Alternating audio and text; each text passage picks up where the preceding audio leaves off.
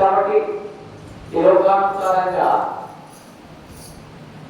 మన ఎక్కడికైనా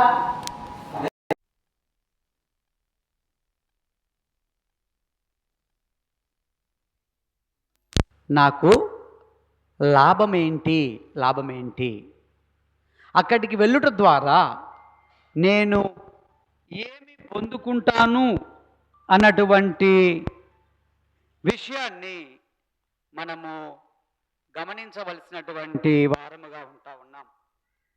కాబట్టి ప్రియమైన సహోదరుడా సహోదరి, మరి రాత్రికాల సమయంలో ప్రభు అయిన యేసుక్రీస్తును మనము అంగీకరించవలసినటువంటి అవసరత ఏంటి? యేసు ప్రభువును మనము అంగీకరించడం ద్వారా మనము పొందేటటువంటి ఆధిక్యత ఏంటి అని కొన్ని విషయాలు బైబిల్ గ్రంథములో మనము ధ్యానము చేసినట్లయితే, మొట్టమొదటిదిగా ఎఫెసీయులకు రాసిన పత్రిక 1వ అధ్యాయము 3వ వచనాన్ని మనము గమనించినట్లయితే, మరి ప్రభు అయిన యేసుక్రీస్తులో మనము పొందబోయే ఆధిక్యత గురించి దేవుడు రాయిస్తూ వచ్చినాడు. చదువుతారు ఎవరైనా? ఎఫెసీయులకు రాసిన పత్రిక 1వ అధ్యాయం 3వ వచనం. మన ప్రభు అయిన యేసుక్రీస్తు యొక్క తండ్రియగు దేవుడు స్తుతింపబడునుగాక. ఆయన క్రీస్తునందు పరలోక విషయములలో ఆత్మ సంబంధమైన ప్రతి ఆశీర్వాదమును మనకు అనుగ్రహించను అని రాయబడుతూ వచ్చింది. కాబట్టి మొట్టమొదటిదిగా ప్రభువైన యేసుక్రీస్తునందు పరలోక విషయములో ఆత్మ సంబంధమైనటువంటి ప్రతి ఆశీర్వాదాన్ని యేసుక్రీస్తు ప్రభువులో మనము పొందుకుంటాము అని దేవుని యొక్క వాక్యం తెలియపరుస్తూ ఉంది. కాబట్టి మొట్టమొదటిదిగా ప్రభు అయినటువంటి యేసుక్రీస్తులో ఏమి ఉన్నది అంటే ఆశీర్వాదం ఉంది అని దేవుని యొక్క వాక్యం తెలియపరుస్తూ ఉంది. ఈ లోకానుసారంగా మనం ఆలోచన చేస్తే 2 రకాలైనటువంటి ఆశీర్వాదాలు ఉన్నాయి. ఒకటి ఏంటి అంటే ఈలోక సంబంధమైనటువంటి ఆశీర్వాదం. ఇల్లు కావచ్చు, కారు కావచ్చు, డబ్బు కావచ్చు, ఉద్యోగం కావచ్చు కదా. ఇవన్నీ కూడా ఈలోక సంబంధమైనటువంటి ఆశీర్వాదాలు. అయితే యేసుక్రీస్తు ప్రభువులో మనకేమి ఉన్నాయి అంటే ఆత్మ సంబంధమైనటువంటి ప్రతి ఆశీర్వాదాన్ని దేవుడు మనకు అనుగ్రహించాలని ఆయన ఇష్టపడతా ఉన్నాడు. మరి ఆత్మ సంబంధమైనటువంటి ఆశీర్వాదం అంటే ఏంటి అంటే ఆత్మ రక్షణ, పాప క్షమాపణ, నిత్య జీవము, పరలోకములో దేవునితో కూడా ఉండేటటువంటి ఆ భాగ్యము, ఆ ఆశీర్వాదము కేవలము ప్రభు అయిన యేసుక్రీస్తులో మాత్రమే మనం పొందుకోగలుగుతాం. ఈ ఆశీర్వాదం ఈ లోకములో ఎవరి ద్వారా కూడా మనము పొందలేము అన్నటువంటి సత్యాన్ని యొక్క సాయంకాల సమయంలో దేవుడు మనకు జ్ఞాపకం చేస్తూ ఉన్నాడు. కాబట్టి మొట్టమొదటిదిగా మరి ప్రభు అయిన యేసుక్రీస్తునందు పరలోక విషయములో ఆత్మ సంబంధమైన ప్రతి ఆశీర్వాదాన్ని మనము పొందుకునేటటువంటి వారముగా ఉంటాము అన్న సత్యాన్ని ఈ రాత్రికాల సమయంలో దేవుడు జ్ఞాపకం చేస్తూ ఉన్నాడు. రెండవదిగా మనము గమనించినట్లయితే తిమోతిలకు రాసినటువంటి 2వ పత్రిక 2వ అధ్యాయం 1వ వచనాన్ని మనము గమనించినట్లయితే అక్కడ దేవుడు రాయిస్తూ వచ్చినాడు. చదువుతారు ఎవరైనా? తిమోతికి రాసిన 2వ పత్రిక, క్రీస్తు యేసునందున్న కృప ద్వారా బలవంతుడవు కమ్ము చాలు. కాబట్టి రెండవదిగా ప్రభువైన యేసు క్రీస్తునందు గల కృపలో మనం ఏం చేయబడతాము అంటే బలవంతులుగా చేయబడతాం. బలవంతులుగా చేయబడతాం. మొట్టమొదటిదిగా క్రీస్తునందు ఆత్మ విషయములో పరలోక సంబంధమైన ప్రతి ఆశీర్వాదాన్ని మనం పొందుకుంటాం. రెండవదిగా మరి క్రీస్తునందు ఆయన కృప ద్వారా మనము బలవంతులుగా చేయబడతాం. బలవంతులుగా చేయబడతాం. వాస్తవంగా మనం ఎలాంటి వారం అంటే బలహీనులం. ఎట్లా బలహీనులం అంటే సాతాను యొక్క కబంధ హస్తాలలో మనము బలహీనపరచబడి బలహీనులముగా చేయబడగా యేసుక్రీస్తు యొక్క కృపలో ఆయన ద్వారా మనము బలవంతులుగా చేయబడేటటువంటి ఆధిక్యత క్రీస్తునందు మనము కలిగి ఉన్నామని దేవుడు తన వాక్యం ద్వారా బయలుపరుస్తా ఉన్నాడు.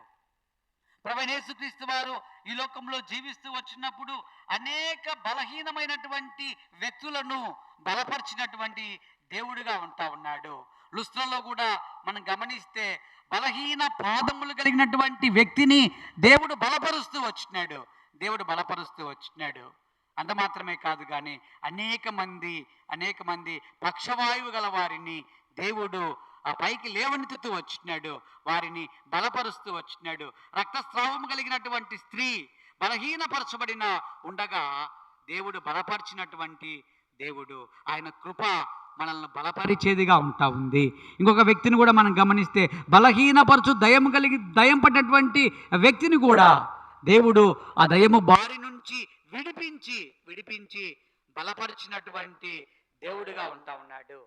కాబట్టి క్రీస్తునందు ఆయన కృపలో మనము బలవంతులుగా చేయబడేటటువంటి ఆధిక్యత ఉంది అని దేవుని యొక్క వాక్యము మనకు తెలియపరుస్తూ ఉంది.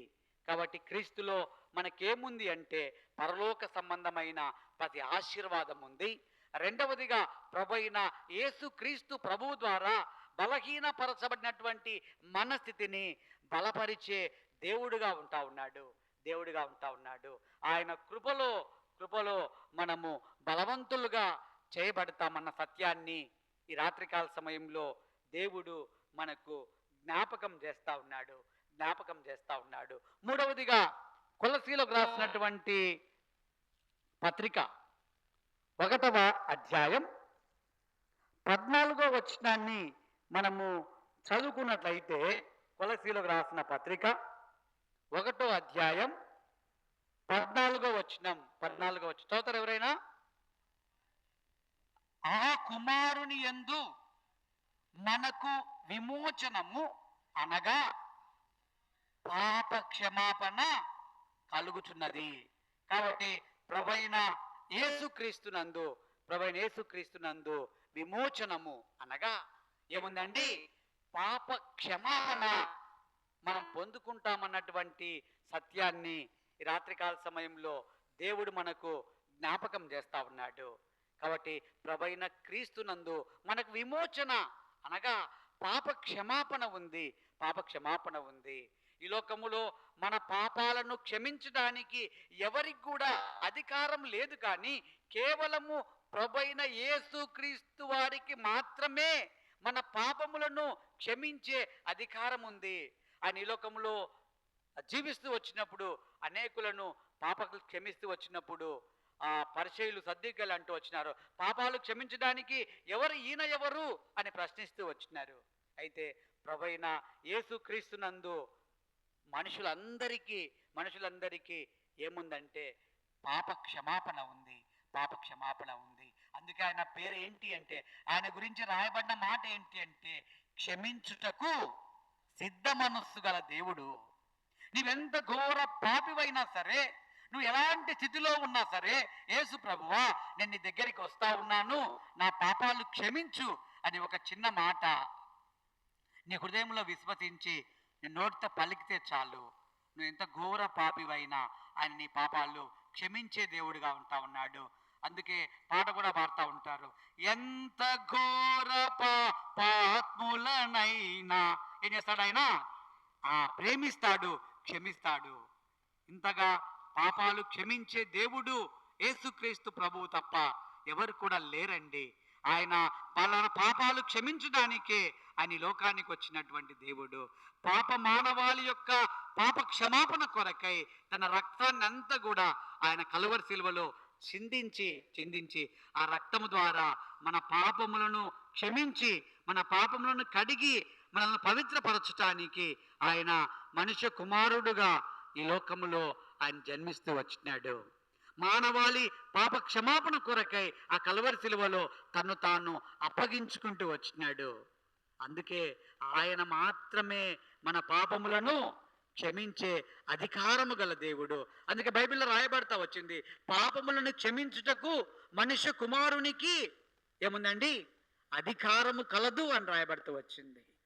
కాబట్టి ప్రభువైన యేసుక్రీస్తు వారి దగ్గర ఏముంది అంటే విమోచన, మన యొక్క పాపములకు విమోచన, మన యొక్క పాపములకు క్షమాపణ ఆయన దగ్గర దొరుకుతుంది అన్న సత్యాన్ని దేవుడు జ్ఞాపకం చేస్తా ఉన్నాడు. చూడండి, హెబ్రీయులకు రాసిన పత్రిక 9వ అధ్యాయం, హెబ్రీయులకు రాసిన పత్రిక 9వ అధ్యాయం 22వ వచనాన్ని మనము జ్ఞాపకం చేసుకున్నట్లయితే, హెబ్రీయులకు రాసిన పత్రిక 9వ అధ్యాయం 22వ వచనం చదవండి ఎవరైనా. మరియు ధర్మశాస్త్ర ప్రకారము సమస్త వస్తువులను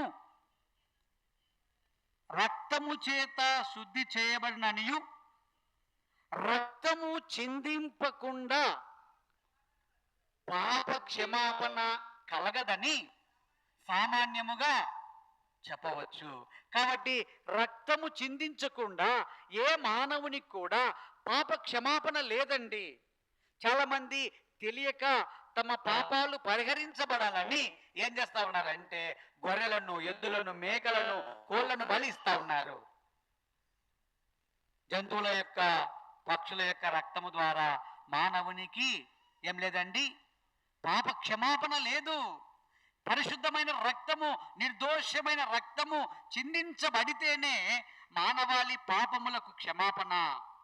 అట్లు మానవాళి పాపాలన్నీ క్షమించడానికి ప్రభువైన యేసుక్రీస్తు వారు కలువరి శిలువలో మనందరి కొరకు ఆయన రక్తము చిందిస్తూ వచ్చినాడు.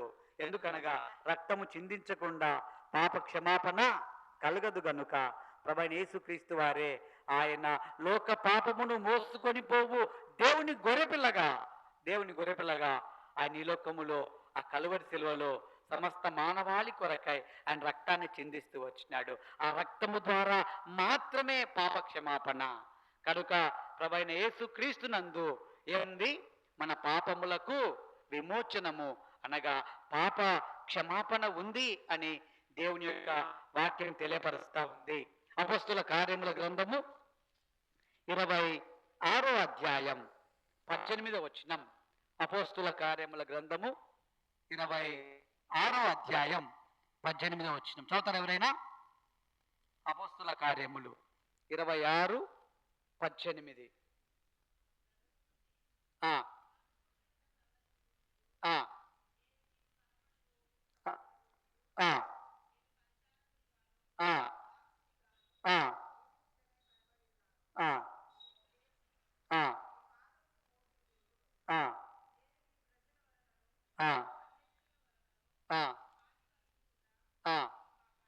కాబట్టి హాని కలగకుండా కాపాడేటటువంటి దేవుడు.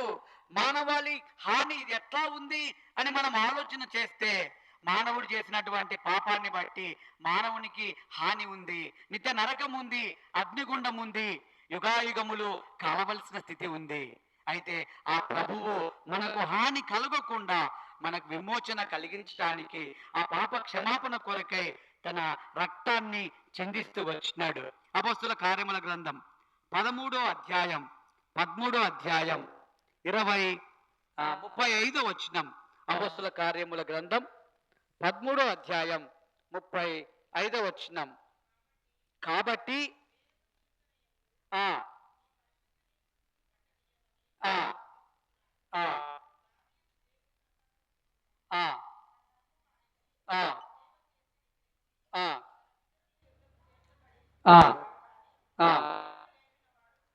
దేవుడు లేపినవాడు కుళ్ళు పట్టలేదు. కాబట్టి దేవుడు ఆ లేపితే ఆ పరిశుద్ధత ఉంటది. నిత్య నరకానికి వెళ్ళవలసినటువంటి స్థితి ఉండదు. ఎవరి పాపములైతే క్షమించబడతాయో వారి దేహములు ఏం చేయమంట? కుళ్ళు పట్టవు. ప్రభువుతో కూడా నిత్యత్వములో ఉండేటటువంటి గొప్ప ఆధిక్యత దేవుడు ఇచ్చేవాడుగా ఉంటా ఉన్నాడు.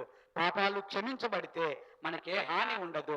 పాపాలు క్షమించబడితే మనం కూడా పరిశుద్ధులముగా ఆ కుళ్ళు పట్టని స్థితిలో ఆ నిత్య జీవములో ఆ ప్రభువుతో కూడా ఉండేటటువంటి ఆధిక్యత మనము పొందేవారం అవుతామన్నటువంటి సత్యాన్ని ఈ యొక్క రాత్రికాల సమయంలో దేవుడు మనకు జ్ఞాపకం చేస్తా ఉన్నాడు.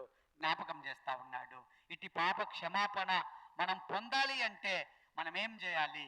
అపోస్తుల కార్యముల గ్రంథం 10వ అధ్యాయం 43వ వచనం.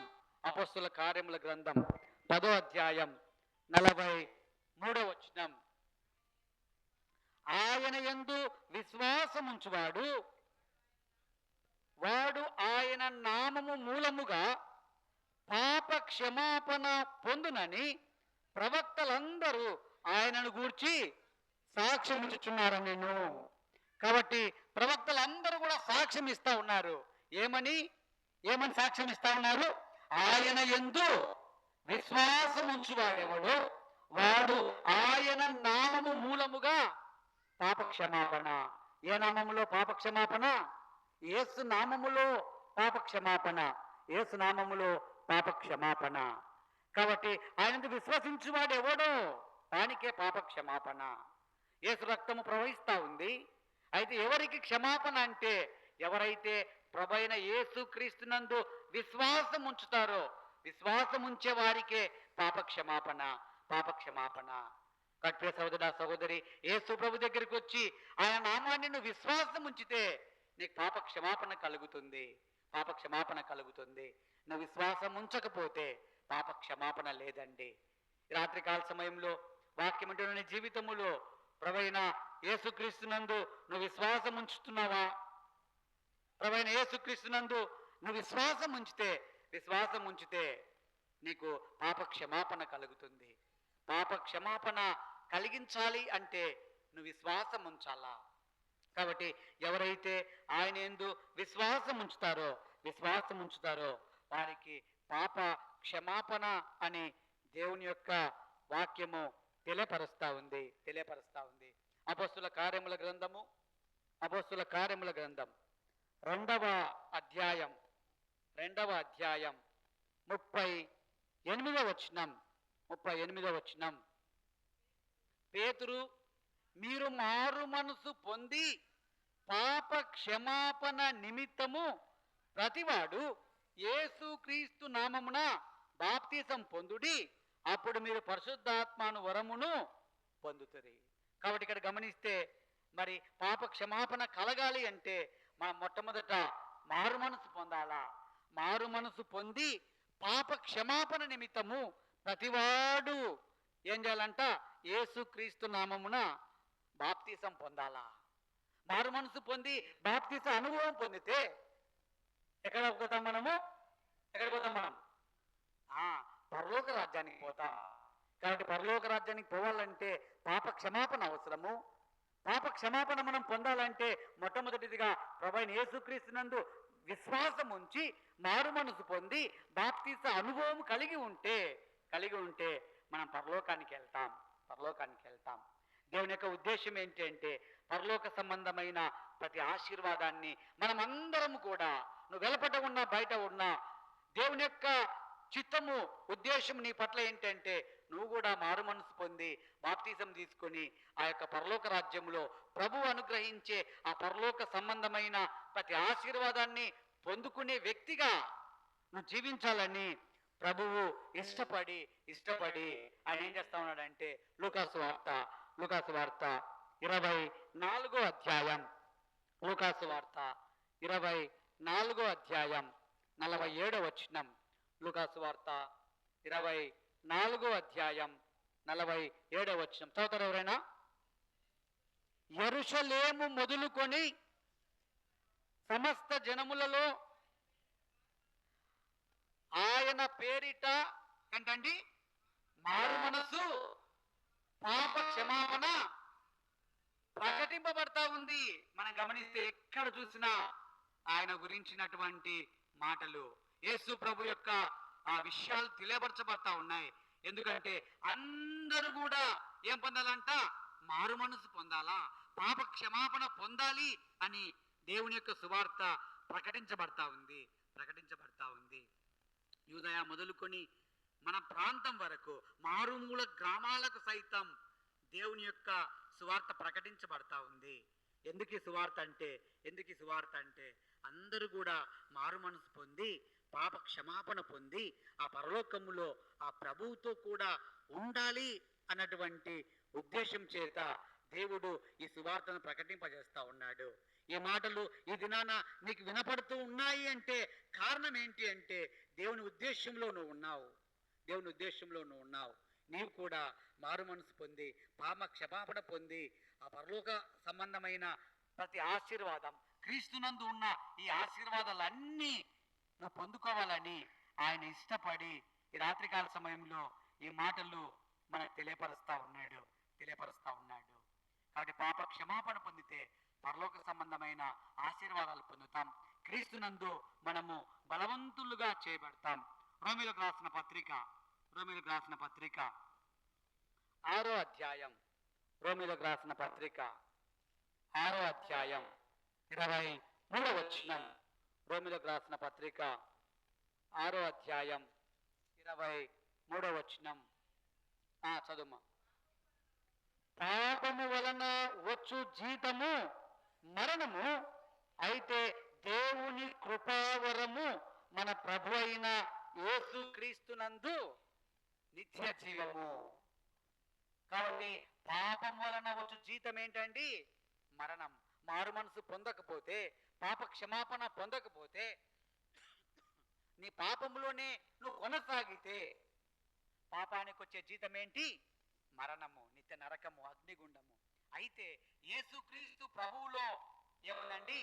నిత్య జీవం ఉంది. కాబట్టి క్రీస్తు ప్రభువులో నిత్య జీవం ఉంది అని దేవుని యొక్క వాక్యంలో దేవుడు రాయిస్తూ వచ్చినాడు. దేవుని కృపావరము మన ప్రభు అయిన క్రీస్తు యేసునందు నిత్య జీవం. క్రీస్తు దగ్గరికి వస్తే నిత్య జీవాన్ని నువ్వు పొందుకుంటావు, పాప క్షమాపణ పొందుతావు, నిత్య జీవానికి నువ్వు వారసుడిగా చేయబడతావు. కాబట్టి ప్రభు అయిన యేసుక్రీస్తునందు నిత్య జీవం ఉంది. కాబట్టి రోమీయులకు రాసిన పత్రిక 8వ అధ్యాయం 1వ వచనం 2వ వచనాన్ని మనం గమనిస్తే, కాబట్టి ఇప్పుడు క్రీస్తు యేసునందున్న వారికి ఏ శిక్షా విధియు లేదు. క్రీస్తు యేసునందు జీవమునిచ్చు ఆత్మ యొక్క నియమము పాప మరణముల నియమము నుండి నన్ను విడిపించెను. క్రీస్తునందు ఏముంది అని మనం చూస్తే, క్రీస్తులో ఉంటే ఏ శిక్ష లేదండి. యేసు క్రీస్తులోనికి నువ్వు వస్తే ఏ శిక్ష లేదు. క్రీస్తునందు నువ్వు ఉండకపోతే నిత్య శిక్ష, నిత్య నరకము. క్రీస్తులోనికి వస్తే ఏ శిక్షా విధి లేదు. ఆయన నీ శిక్ష అంతా కూడా కలవరి శిలువలో ఆయన భరిస్తూ వచ్చినాడు. నీ శిక్ష అంతా కూడా ఆయన అనుభవిస్తూ వచ్చినాడు. నీ శిక్ష అంతా కూడా ఆయన కొట్టివేస్తూ వచ్చినాడు. పాప మరణ నియమము నుండి ఆయన నిన్ను విడిపిస్తాడు. కాబట్టి క్రీస్తులోనికి నువ్వు వస్తే, క్రీస్తును స్వీకరిస్తే, క్రీస్తును అంగీకరిస్తే ఆయన నీ పాపాలన్నీ కూడా క్షమించి నీకే శిక్ష లేకుండా ఆయన కొట్టివేసేటటువంటి దేవుడు. కాబట్టి క్రీస్తునందు ఏం లేదండి? శిక్ష లేదు. క్రీస్తునందు ఏముంది అంటే ఆశీర్వాదం ఉంది. కాబట్టి రాత్రికాల సమయంలో ఏ సహోదరుడా సహోదరి శిక్షలో ఉంటావా? ఆశీర్వాదానికి పాత్రుడిగా చేయబడ్డానికి నువ్వు ఇష్టపడతా ఉన్నావా? ఈ రాత్రికాల సమయంలో దేవుడు నీకే ఇస్తున్నాడు అవకాశం.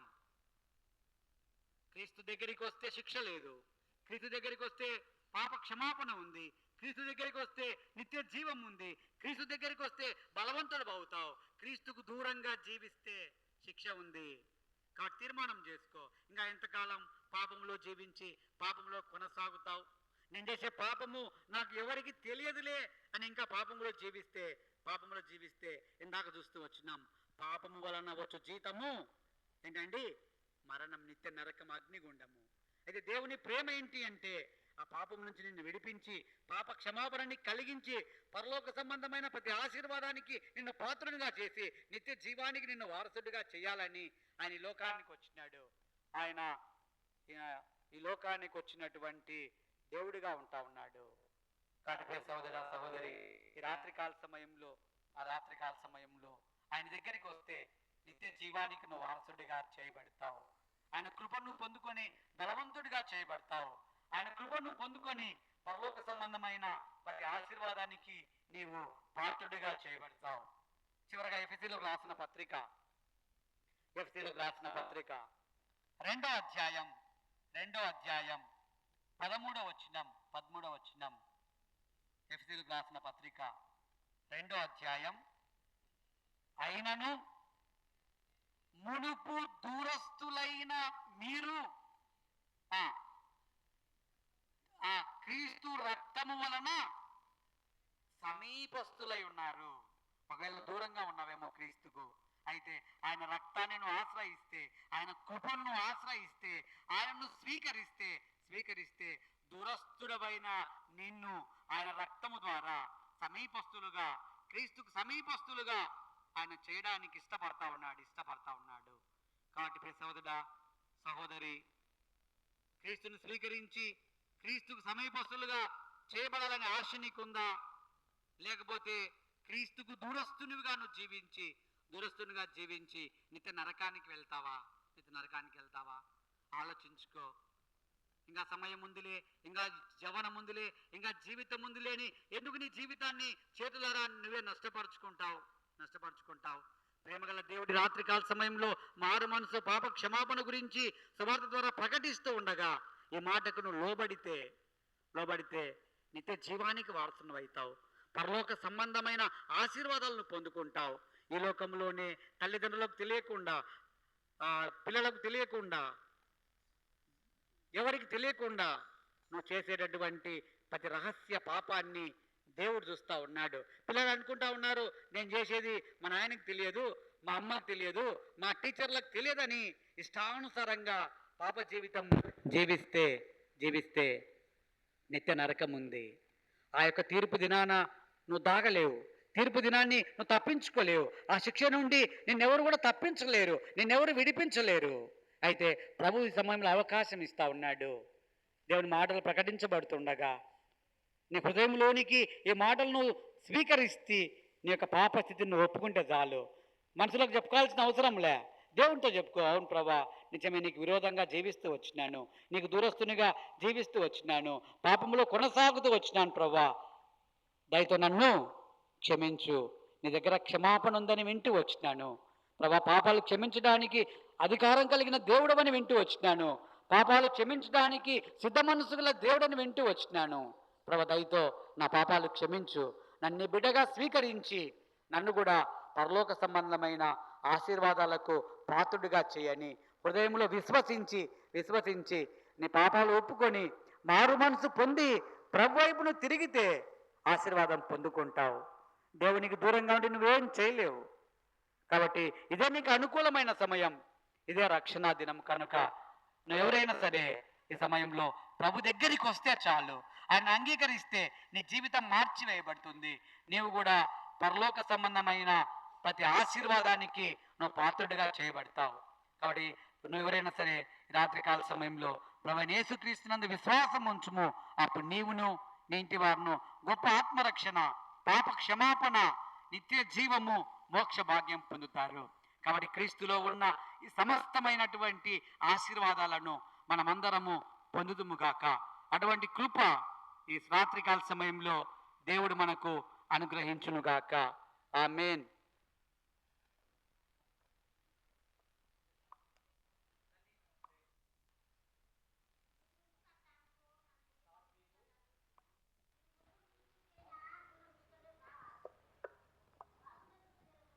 ప్రార్థించుకుందాము. సర్వోన్నతుడా, సర్వశక్తివంతుడమైన దేవ, గొప్ప తండ్రి, శ్రేష్టమైన మీ పరిశుద్ధమైన నామానికి కృతజ్ఞతాస్తుతులు స్తోత్రములు వందనములు ప్రభువా.